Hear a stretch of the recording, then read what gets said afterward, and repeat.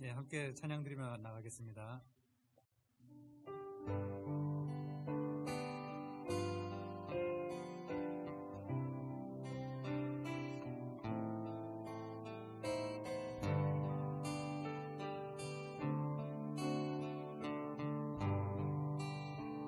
갈보리산 위에 갈보리산 위에 십자가 섰으니 주가 고난을 당한 표라. 험한 십자가를 내가 사랑하는 주가 보혈을 흘리밀세 죄의 승리를 얻기까지 주의 십자가 사랑하리.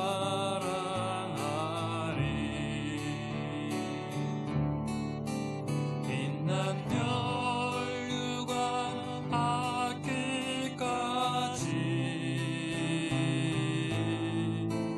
험한 십자가 붙들겠네.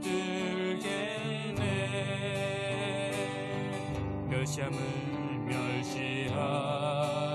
받은 주의 십자가에 나의 마음이 끌리도다. 귀한 어린 양이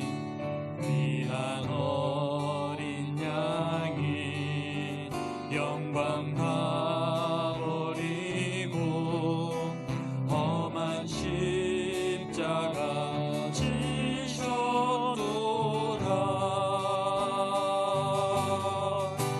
죄의 승리를 얻기까지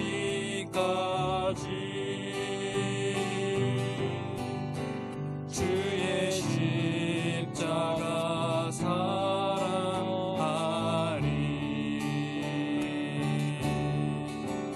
빛난 멸류관 받기까지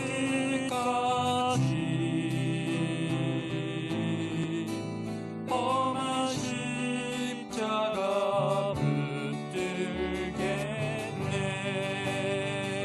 험한 십자가에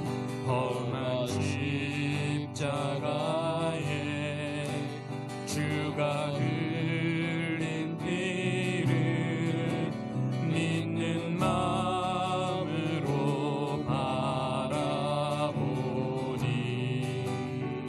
나를 용서하고 내 죄 사하시려 주가 흘리신 보혈일세. 죄의 승리를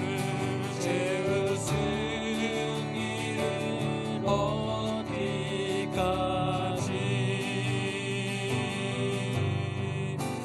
주의 십자가 사랑하리.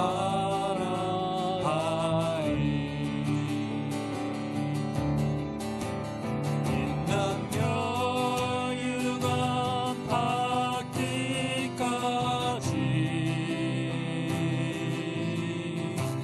험한 십자가 붙들겠네. 주가 예비한 나의 본향집에 나를 부르실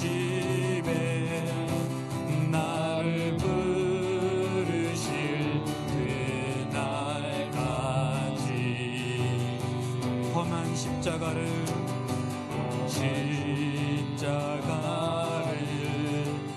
항상 달게 지고 내가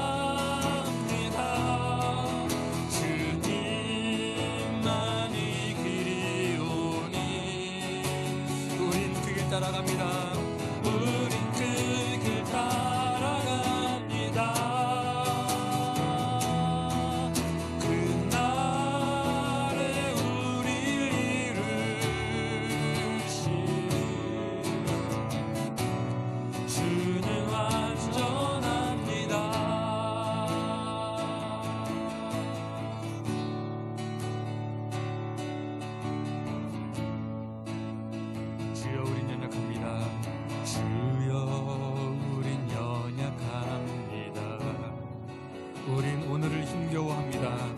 오늘을 힘겨워합니다. 주 뜻 이루며 살기에 부족합니다. 우린 연약합니다. 주여, 우린 넘어집니다. 주여, 우린 넘어집니다. 오늘 하루 또 실수합니다. 주의 긍휼을 구하는 죄인입니다. 우린 주만 바라봅니다. 한없는 주님의 은혜, 온 세상 위에 넘칩니다. 가릴 수 없는 주 영광,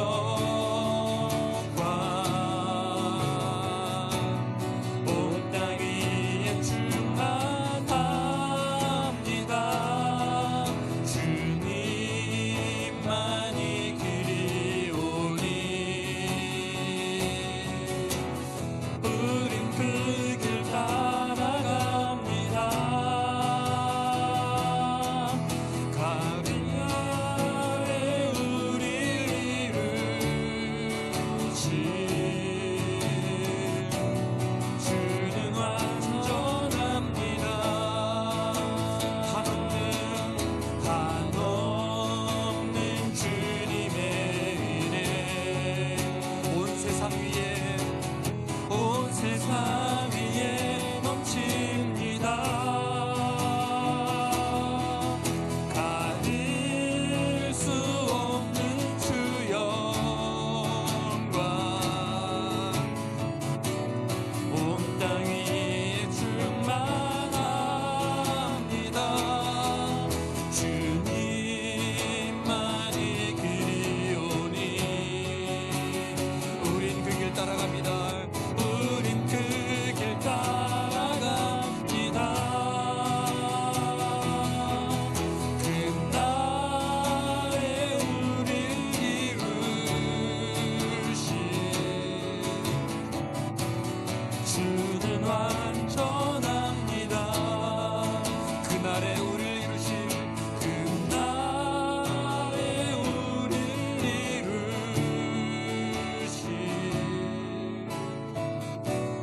주는 완전합니다.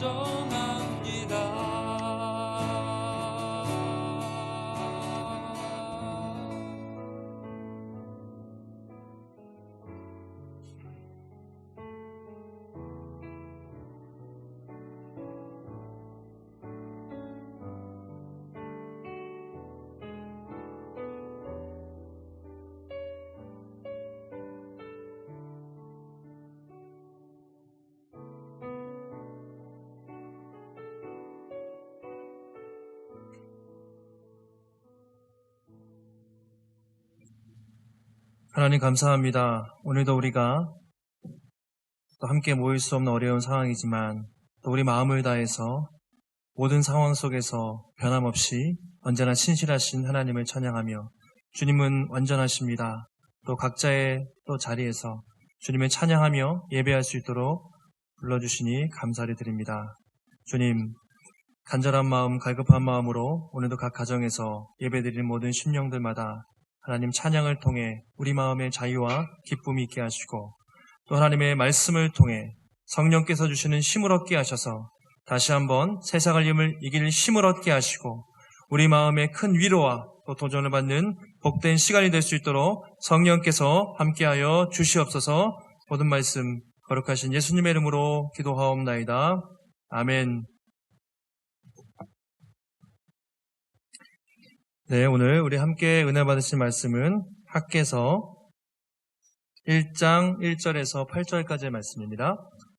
구약성경 1310면 학개서 1장 1절에서 8절까지 말씀 우리 한 목소리로 읽도록 하겠습니다. 학개서 1장 1절에서 8절입니다. 다리오 왕 제2년 여섯째 달 곧 그 달 초하루에 여호와의 말씀이 선지자 학개로 말미암아 스알디엘의 아들 유다 총독 스룹바벨과 여호사닥의 아들 대제사장 여호수아에게 임하니라. 이르시되 만군의 여호와가 이같이 말하여 이르노라. 이 백성이 말하기를 여호와의 전을 건축할 시기가 이르지 아니하였다 하는지라. 여호와의 말씀이 선지자 학개에게 임하여 이르시되 이 성전이 황폐하였거늘 너희가 이때 판벽한 집에 거주하는 것이 옳으냐. 그러므로 이제 만군의 여호와가 이같이 말하노니 너희는 너희의 행위를 살필지니라. 너희가 많이 뿌릴지라도 수확이 적으며 먹을지라도 배부르지 못하며 마실지라도 흡족하지 못하며 입어도 따뜻하지 못하며 일꾼이 삭슬 받아도 그것을 구멍 뚫어진 전대에 넣음이 되느니라. 만군의 여호와가 말하노니 너희는 자기의 행위를 살필지니라. 너희는 산에 올라가서 나무를 가져다가 성전을 건축하라. 그리하면 내가 그것으로 말미암아 기뻐하고 또 영광을 얻으리라. 여호와가 말하였느니라. 아멘. 할렐루야. 네, 오늘도 각 가정에서 또 온라인으로 예배드리는 모든 성도님들 주님 이름으로 환영합니다. 우리가 이제 4주째 온라인으로 예배를 드리게 됐습니다. 우리가 이제 코로나와 싸우고 있는 사이에 이제 봄이 온 것 같아요. 이제 봄이 찾아왔습니다. 좀 전에도 길에 오는데 애들이 놀이터에서 막 놀고 너무나 밖에 나가고 싶은 그런 계절이 왔습니다. 그래서 우리 예배 드리실 때 오전에는 가정에서 예배 꼭 드리시고 오후에는 가족들과 함께 야외에 나아가서 또 즐거운 시간을 보내시면 좋겠습니다. 오늘도 각 가정마다 마음을 다해 하나님께 예배 드릴 때 하나님께서 우리 예배를 기쁘게 받으실 줄 믿습니다. 예전에 읽은 책 중에서 필립 얀시가 썼던 교회, 나의 고민, 나의 사랑이라는 책이 있습니다. 교회, 나의 고민, 나의 사랑. 얀시는 이 책에서 자신이 교회에 대해서 겪었던 일들을 기록하고 있는데 이제 어릴 때 교회를 다녔는데 교회가 너무 실망스러웠던 것이죠. 교회에 대한 실망스러운 모습들을 보면서 난 교회 다니지 말아야겠다. 교회를 뛰쳐나왔다가 회의와 또 여러 가지 방황 끝에 다시 교회로 돌아가서 그래도 여전히 교회에 소망이 있구나. 이제 그런 내용들을 기록했던 책이 교회, 나의 고민, 나의 사랑이라는 책입니다. 그 내용이 책 제목처럼 교회 안에 많은 문제가 있음에도 불구하고 그래도 여전히 교회가 소망이고 교회가 희망이라는 그 메시지를 그 책을 통해서 주고 있는 것이죠. 요즘 들어서 이 책의 내용이 참 많이 생각이 나고 공감이 되었습니다. 교회가 지금처럼 또 세상에 공격을 받고 어려운 시기가 없고 그럼에도 불구하고 교회가 소망이다. 이것은 우리가 붙잡아야 할 중요한 메시지이기 때문입니다. 요즘 우리가 마주하는 상황을 보면 여러분 참 마음이 답답하실 겁니다. 처음에 이제 코로나19로 시작이 됐던 위기가 특정 교단이 아니라 이단, 신천지로 옮겨가고 또 그에 대한 비난의 화살이 이제 교회로 옮겨오게 된 것이죠. 우리는 주일에 예배를 드리지 못하는 것, 그뿐만 아니라 그 어느 때보다 교회에 대한 강력한 도전과 공격에 마주하고 있습니다. TV를 틀면 온통 그렇게 교회에 대한 욕과 또 공격들이 많이 있는데 지난주 YTN에서 한 메인 앵커가, 뉴스 앵커가 저녁에 이제 주제 브리핑을 했습니다. 교회에 대한 주제가 나왔더라고요. 근데 그 제목이 참 마음을 무겁게 했습니다. 그 브리핑의 제목이 뭐냐면 교회의 존재 가치를 증명해 보이십시오라는 제목이었습니다. 교회의 존재 가치를 증명해 보이십시오. 그 앵커가 요한복음 4장을 인용했어요. 뉴스에서 요한복음 4장을 인용하면서 사마리아 여인이 예수님께 물었다는 것이죠. 도대체 예배를 어떻게 드려야 됩니까? 물어봤을 때 예수님께서 이 산도 아니고 저 산도 아니고 참되고 진정한 영과 진리로 드려라 이렇게 답을 했다는 것이죠. 장소가 중요하지 않다. 그러면서 지금 교회는 큰 도전을 받고 있다는 것입니다. 제가 그 말을 그대로 좀 인용을 해보겠습니다. 뭐라고 TV에서 나왔냐면 사람들이 바이러스에 감염되고 숨지는 상황에서 교회의 존재 가치는 무엇인가? 지금 교회가 유연함과 포용력을 보이지 않는다면 사람들은 교회보다 사회가 더 성숙했으며 사회가 더 이성적이었다고 말하면서 교회를 외면할지도 모릅니다. 사람들에게 교회가 교회의 존재 가치를 증명할 기회를 놓치지 마십시오. 이렇게 맺었던 것입니다. 그 앵커의 마지막 브리핑이 참 마음을 무겁게 했어요. 교회의 존재 가치를 증명할 기회다. 이 기회를 더 이상 놓치지 말라. 그렇게 교회에게 말하고 있습니다. 그 말은 저에게 이렇게 들렸습니다. 교회가 계속 그런 식으로 하면 더 이상 사람들은 교회를 신뢰하지 않을 것이다. 교회 오지 않을 것이다. 교회 더 이상 소망이 없다. 정신 똑바로 차려라. 이런 메시지로 저한테는 다가왔습니다. 여러분 이제 그런 뉴스 밑에 댓글 한번 보시면 장난이 아니죠. 볼 수가 없습니다. 교회에 대한 말도 안 되는 또 강한 그런 욕들과 험담들이 정말 도배하고 있습니다. 이것이 지금 우리가 당한 현실입니다. 교회가 왜 존재하는가? 세상이 우리에게 묻고 있습니다. 여러분 어떻게 답하시겠습니까? 무엇으로 그것을 보여주시겠습니까? 이 말을 들으면서 참 마음이 아프고 눈물이 났습니다. 하나님의 마음은 어떠실까? 그런 생각도 들었습니다. 세상이 빗발치는 공격 앞에서 주님은 과연 어떤 마음으로 지금 이 시대를, 이 교회를, 이 땅을 바라보고 계실까? 그런 생각이 들었습니다. 물론 TV 뉴스 언론에서 지나친 면이 저는 있다고 생각합니다. 대부분의 교회는 그렇지 않고 사회적 거리두기를 잘 실천하고 있습니다. 또 많은 교회들이 나라 민족을 위해서 기도하고 있고요. 또 많은 사람들이 구호물자와 온정의 손길로 어려운 사람들을 돕고 있습니다. 그게 사실이죠. 하지만 우리는 그의 말을 또 세상의 목소리에 한번 귀를 기울여야 할 필요가 있는 것 같습니다. 그동안 정말 교회가 존재 가치를 세상에 잘 증명해 보였는가? 지금껏 나는 성도로서 세상 사람들이 보기에 정말 객관적으로 빛과 소금 된 역할을 감당을 했는가?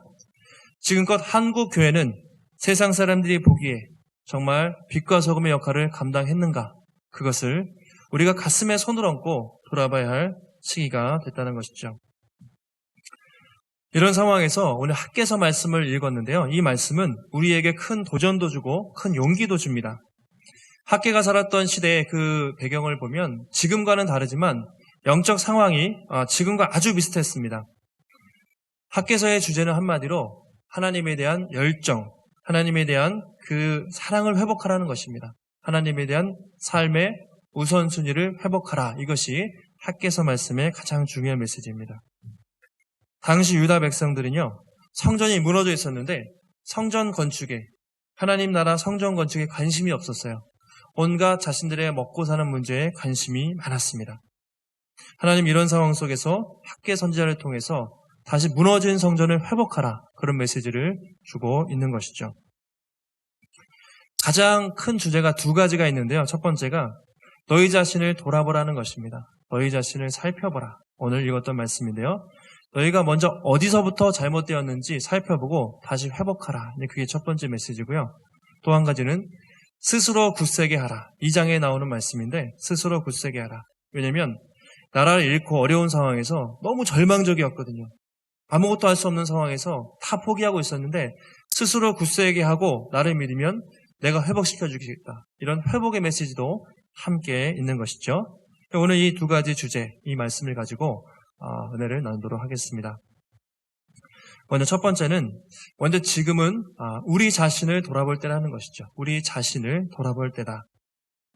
학개서의 배경을 말씀드리면 구약 포로기 시대입니다. 스가랴, 말라기 함께 활동했던 구약 포로기 시대인데요.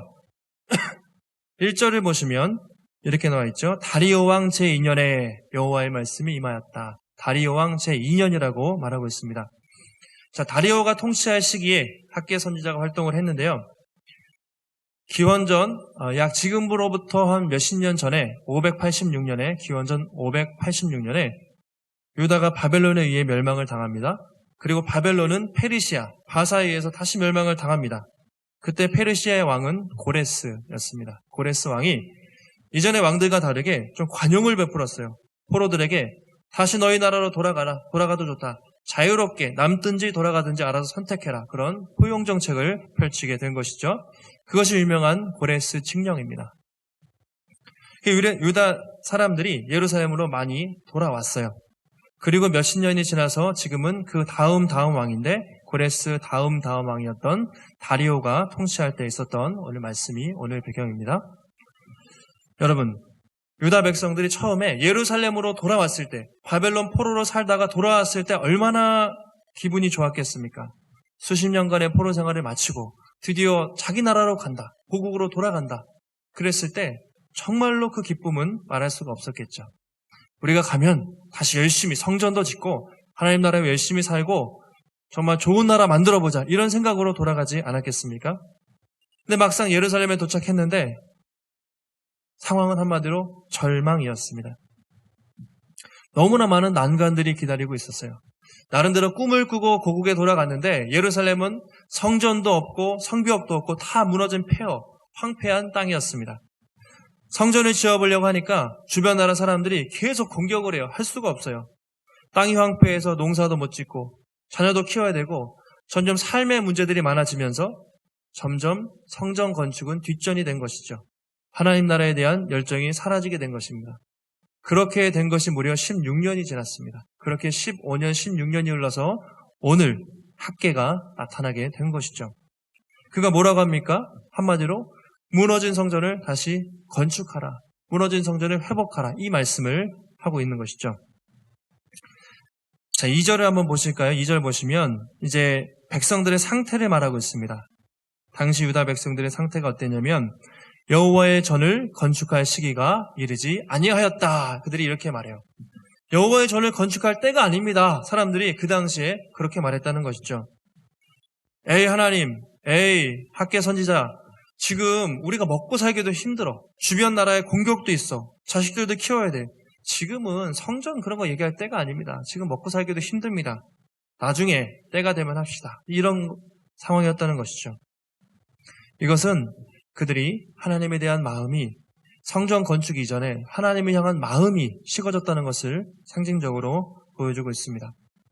처음에는 열심히 있었어요. 그런데 상황이 막히고 어려움이 생기다 보니까 계속 핑계를 대다가 이제는 그 10년, 15년, 6년 정도 되는 긴 시간 동안 성전을 폐허로 된 채 그대로 놓아두게 된 것이죠.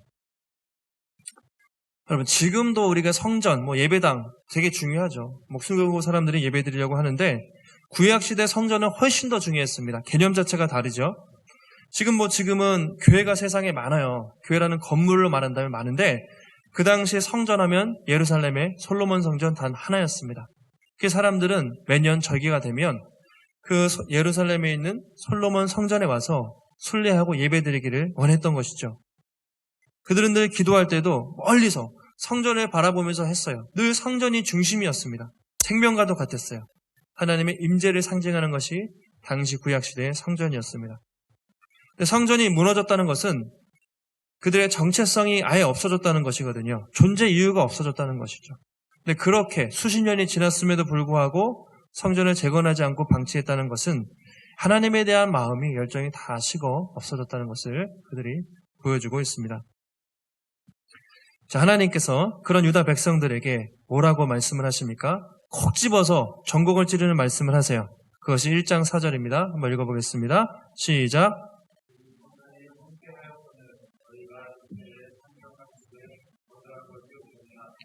이 성전이 황폐하였거늘 너희가 이때에 판벽한 집에 거주하는 것이 옳으냐 묻고 있습니다. 이 판벽한 집은요, 원래 사전적인 의미로 널판주로 꾸민 집, 이런 의미인데 오늘날로 말하면 이제 정성 들여 잘 지은 집을 말해요. 잘 지은 집, 하나님 돌직구를 날리는 것이죠.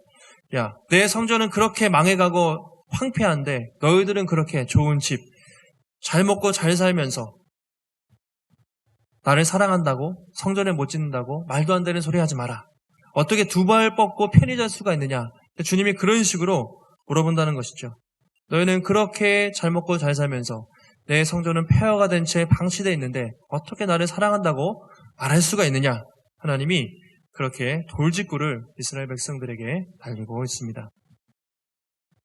하나님은 이것이죠. 그것은 결국 핑계다. 너희들이 정말 물론 상황이 어렵지만 정말로 어쩔 수 없어서 그런 것이 아니라 마음이 없기 때문 아니냐. 결국 핑계에 불과하다는 것이죠. 결국 너희들의 마음의 문제고 너희들의 삶의 우선순위의 문제가 아니겠냐. 그것을 지적을 하고 있습니다. 여러분, 오늘 하나님이 하신 이 말씀은 우리에게도 그대로 적용됩니다. 생각해 볼 필요가 있습니다. 주님이 말씀하셨죠. 너희는 먼저 그의 나라와 의를 구하라. 이것이 우리가 잘 아는 말씀입니다. 너무 쉬운 말씀이죠. 그러나 우리가 이것을 정말 얼마나 삶에서 지키고 있는지 한번 돌아보시기 바랍니다. 내 삶의 우선순위가 정말 어떻게 되어 있는가? 나는 정말 하나님을 최우선으로 여기고 살고 있는가? 내가 말하는 거 말고 정말 내 삶이 최우선순위가 하나님이신가? 그것을 묻고 있습니다. 성도님들께 기도하고 말씀 보셔야죠. 그러면 주로 무슨 얘기예요? 바빠서요. 많이 못 봐요. 그렇게 얘기를 합니다. 근데 우리가 알잖아요. 우리가 하고 싶은 거는 되게 잘하죠.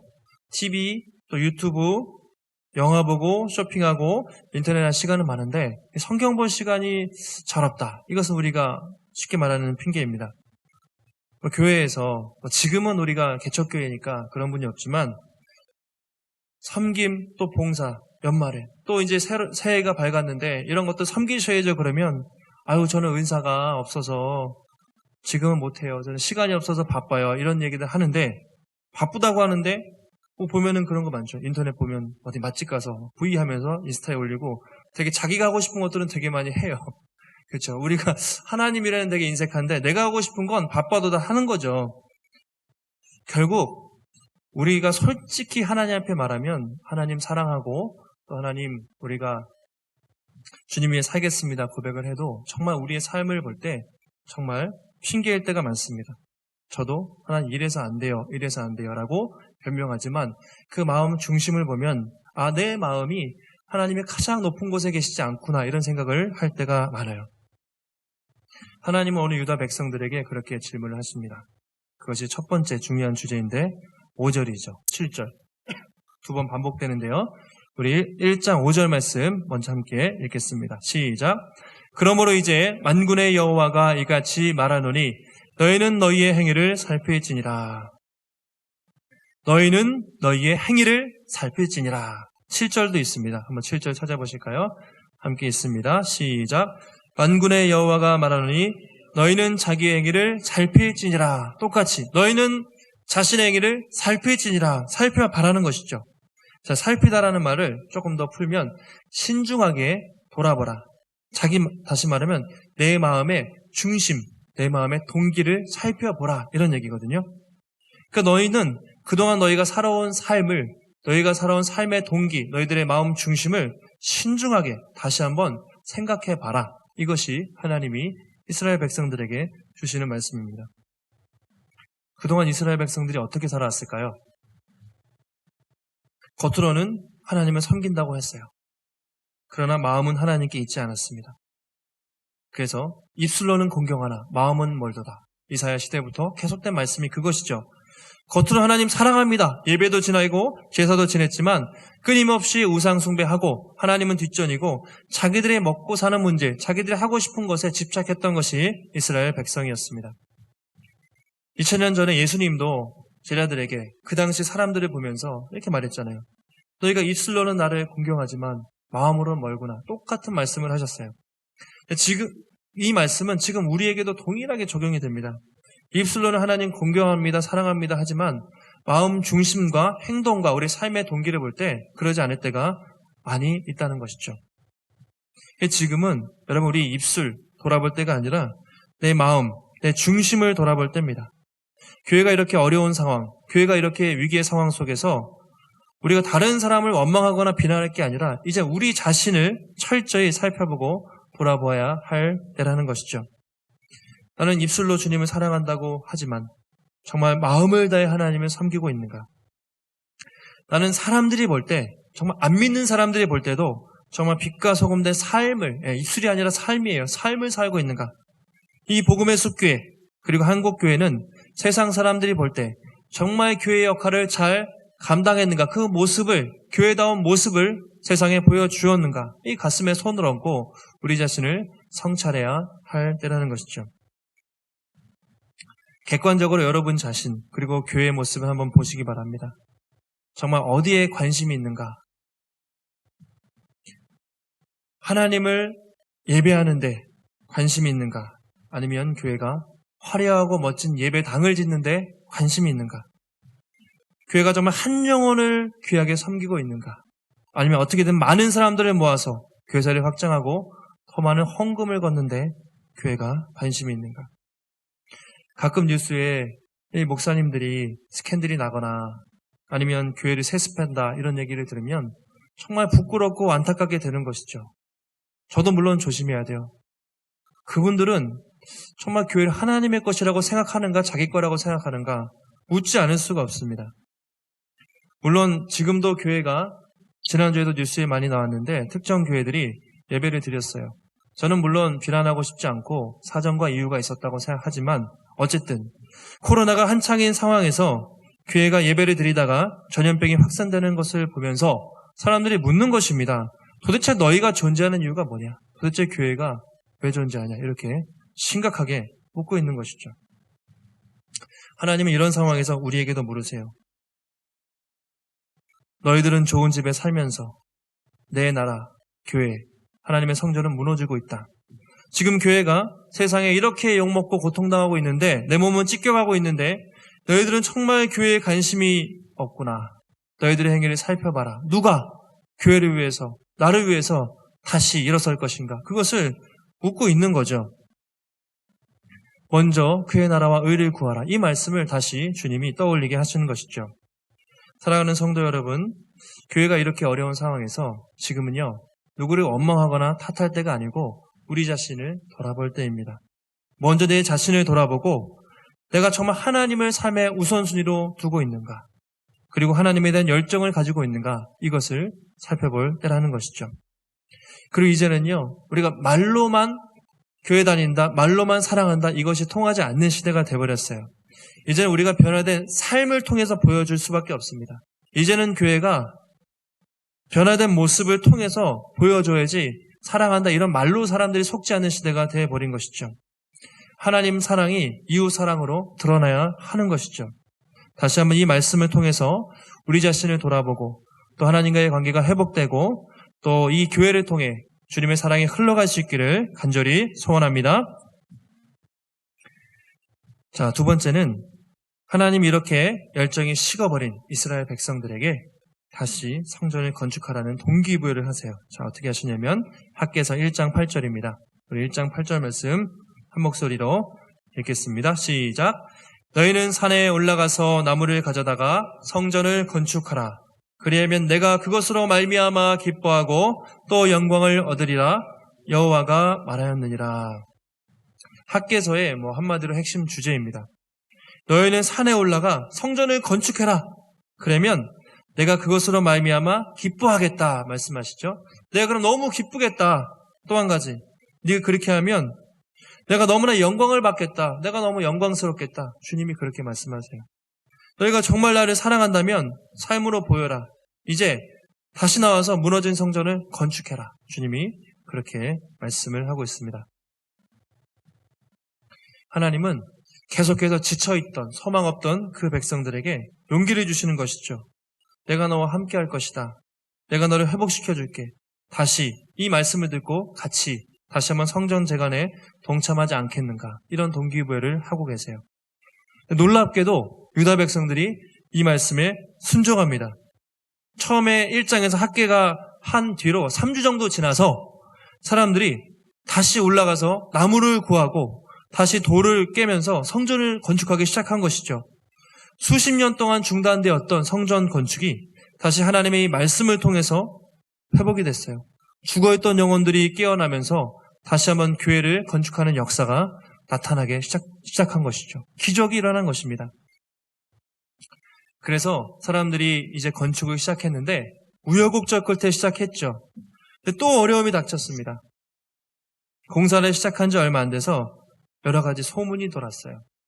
그 내용이 뭐냐면, 아니, 전에 있던 솔로몬 성전은 그렇게 화려하고 멋있는데 야, 이거 너무 초라하지 않냐? 너무 보잘것없지 않냐? 이 작고 볼품없는 성전을 지어서 뭐하냐? 이런 회의감들이 돌아오기 시작했습니다. 왜냐하면 그 당시에 나이가 많은 사람들은 솔로몬 성전을 보았거든요. 무너지기 전에 586년, 기원전 586년에 느부갓네살에 의해 무너지기 전에 성전을 봤는데 그것에 비하면 너무 초라하게 그지없는 것이죠. 솔로몬 성전은요, 그 당시에 우리가 성경을 보면 아시겠지만 금과 은과 대리석과 백향목과 수많은 목수들과 최고의 기술자들, 최고의 재료를 통해서 건축을 지었어요. 모든 나라들이 알 정도로 화려한 성전을 지었습니다. 근데 지금은요, 황폐한 예루살렘 땅에 성전이라고 할 수도 없고 그냥 재료도 변변치 않고요. 기술자도 없어요. 그냥 산에서 나무 해와가지고 성전을 짓고 있는 자신들의 모습을 보면서 야, 그만두자. 이런 소문들이 돌기 시작한 것이죠. 회의감이 자신들의 모습을 보면서 자신들의 실상을 보면서 그렇게 절망을 하게 된 것입니다.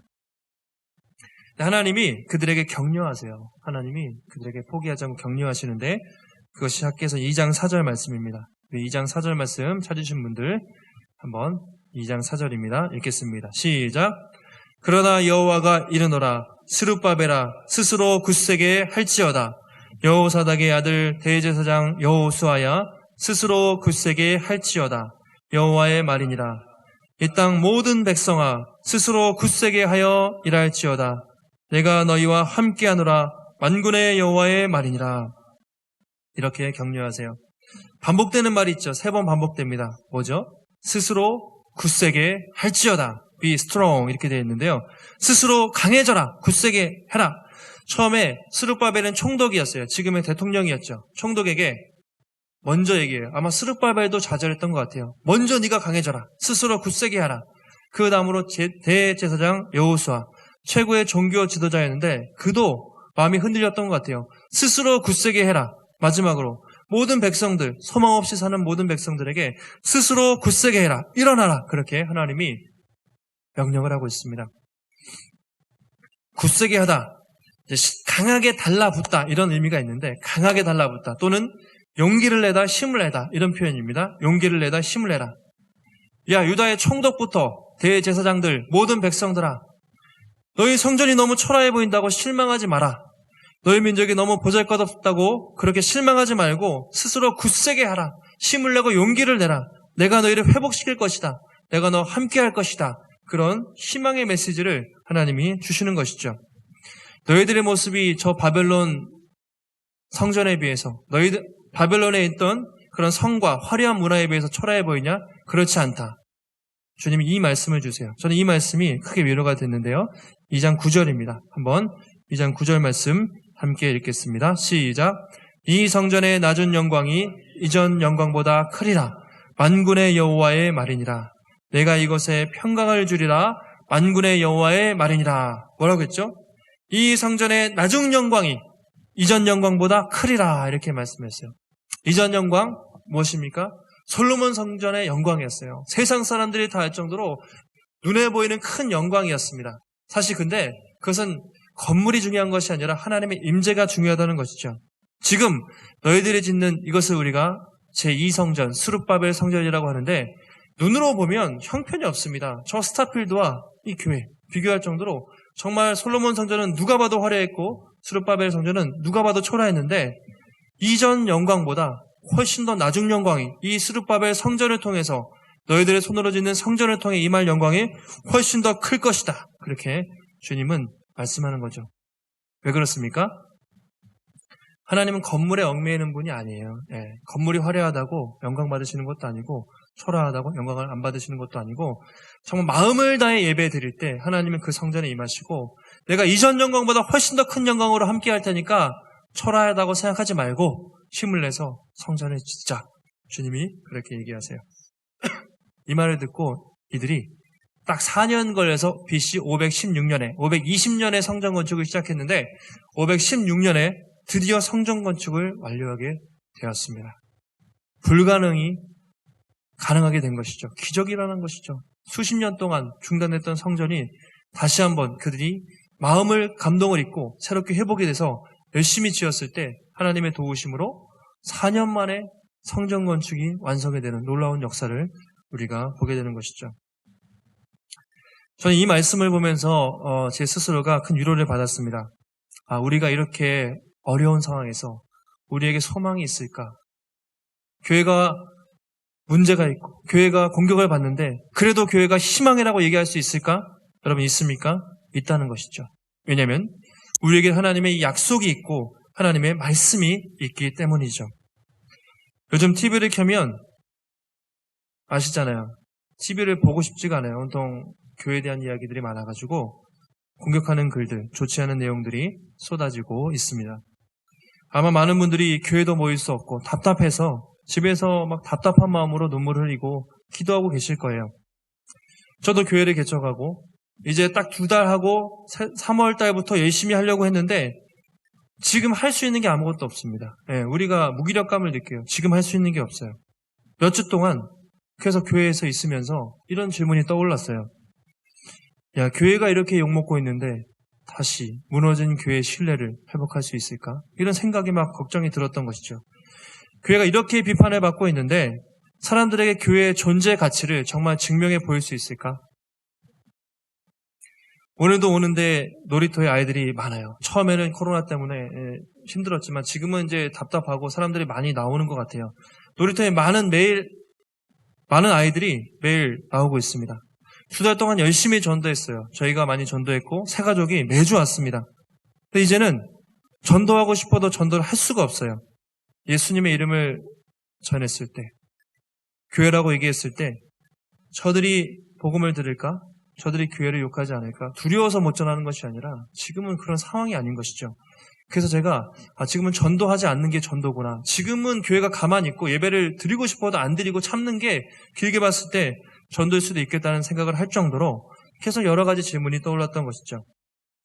하지만 오늘 이 말씀을 준비하면서 다시 확신을 갖게 되었습니다.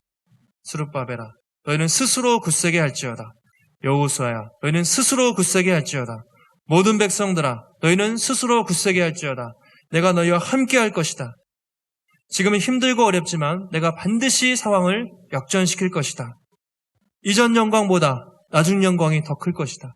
지금 교회가 이 어려움을 당하고 있지만 내가 반드시 회복시킬 것이고 또한 교회를 통해 놀라운 부흥의 역사를 쓸 것이다. 그런 마음을 저에게 주신 것입니다. 여러분, 지금 상황에서 정말 우리가 할 수 있는 게 별로 없는 것 같아요. 성경을 보다 보니까 여호사밧 왕이 연합군이 막 쳐들어오는데 자신의 힘과 능력이 너무 없습니다. 여호사밧이 하나님께 기도합니다. 하나님, 우리는 저들을 대적할 힘이 없습니다. 하나님, 아무것도 할 수 없습니다. 온 백성들을 모아서 금식하고 기도를 선포합니다. 그러면서 주님, 내가 할 수 있는 것이 아무것도 없어서 오직 주만 바라보나이다. 주만 바라보나이다. 믿음으로 갔는데 하나님의 역사로 전쟁을 이겼어요. 그런 놀라운 기적의 역사가 일어났습니다. 어떻게 보면 지금 우리가 할 수 있는 건 주만 바라보면서 그것이 소극적으로 바라보는 것이 아니라 하나님이 이 상황을 뒤집고 강력하게 역사하실 것을 적극적으로 바라보면서 우리가 믿음으로 기도하고 준비할 때인 줄 믿습니다. 여러분, 하나님 지금 우리에게 부탁하세요. 격려하세요. 무너져가는 교회를 다시 살리라. 우리 힘으로는 여러분 절대로 불가능하지만 하나님이 도우시면 가능한 줄 믿습니다. 지금보다 훨씬 더 어려운 시기 많았지만 하나님이 교회를 지켜오셨어요. 성령께서 함께 하시면 우리가 가능하다는 것이죠. 오늘도 우리에게 주신 이 말씀을 기억하면서 먼저 여러분 자신을 돌아보시고 내 안에 있는 헛된 것들, 우상들을 버리고 하나님을 최우선순위로 회복하고 하나님과의 관계가 더욱더 회복되는 복된 시간이 되시기를 간절히 소원합니다. 아울러 이 절망적인 상황에도 하나님께서 교회를 다시 세우실 것을 믿고 여러분 스스로 굳세게 하십시오. 위축되지 마시고 이 땅에 무너진 교회를 회복하고 세상의 빛과 소금된 사명을 다시 감당하는 복음의 숲교회와 또 한국교회가 되기를 주님의 이름으로 축원합니다. 하나님 감사합니다. 그렇습니다. 학기의 시대에 이스라엘 사람들이 먹고 사는 문제에 너무 빠져 있어서 하나님 성전 건축을 포기하고 살았는데 다시 하나님의 강권하시는 마음으로 그들의 마음이 뜨겁게 회복되어 너희는 자신을 돌아보라는 그 메시지에 반응하여서 그들이 자신을 돌아보고 성전 건축에 뛰어들었습니다. 하나님 4년 만에 그 어려움을 극복하고 또 성전을 완성하게 하셨고 이전 영광보다 더 큰 영광으로 그들과 함께 하심을 보았습니다. 하나님, 이 어려운 시기에 우리가 남들처럼 비난하고 공격하고 또 좌절하기보다는 우리 자신을 돌아보게 하시고 내 삶 속에 입술로는 주님 사랑한다고 했지만 마음을 다해 공경하지 못했던 부분들이 있다면 회개하게 하시고 돌아보게 하시고 다시 한번 하나님과의 관계가 뜨겁게 회복되는 은혜의 시간 될 수 있도록 주님 붙들어 주시옵소서. 세상이 우리를 도전합니다. 하나님 절망하지 않게 하시고 우리는 초라하지만 하나님은 초라하지 않습니다. 하나님은 새롭게 행하실 일을 다시 한번 기대하며 우리가 스스로 굳세게 하고 그 믿음으로 담대히 나아갈 때 하나님 이 상황을 역전시켜 주시고 속히 코로나를 진정시켜 주시고 다시 교회가 전도하며 복음을 외치며 세상의 존재 가치를 드러내고 하나님께 영광 돌릴 수 있는 복된 복음의 숲 교회와 복된 한국 교회가 될 수 있도록 주님 축복하여 주시옵소서. 모든 말씀 거룩하신 예수님의 이름으로 기도하옵나이다. 아멘. 지금은 교회 머리 되신 우리 구주 예수 그리스도의 은혜와 독생자를 내어주신 아버지 하나님의 크신 사랑과 연약한 자를 도우시는 보혜사 성령님의 감동 감화 교통하심이 교회가 공격받고 또 여러 가지 영적으로 또 물질적으로 큰 어려움과 환난을 겪고 있는 이 상황 속에서 다시 한번 우리 자신을 돌아보며 하나님과의 관계를 회복하고 또 절망적인 상황 속에서도 꿈을 잃지 않고 스스로 굳세게 되라는 주님의 이 말씀을 붙들고 담대하게 다시 한번 일어서기를 결단하는 사랑하는 성도들과 그들의 자녀들과 나라와 민족 위에 이제로부터 영원토록 함께 있을지어다. 아멘. 네, 예배를 마치고 광고하겠습니다. 우리가 일단 4주째 예배를 이렇게 온라인으로 드리게 되었습니다. 우리가 추후에 다시 한번 모임 여부는 공지해 드리고요. 저희가 2가지 질문을 드렸습니다. 아마 유튜브에 뜰 텐데 꼭 자신을 위한 질문 또 교회를 위한 질문에 같이 한번 나눠보시고 한번 생각을 정리하시고 기도로 마무리하시면 좋겠습니다. 저희가 다음 주에는 또 뵐 수 있기를 원하는데요. 하나님이 정하신 때에 우리가 뵐 수 있길 바라고 네, 한 주 동안 건강하시고 하나님의 은혜 가운데 또 한 주 평안하게 보내시길 바라겠습니다. 감사합니다.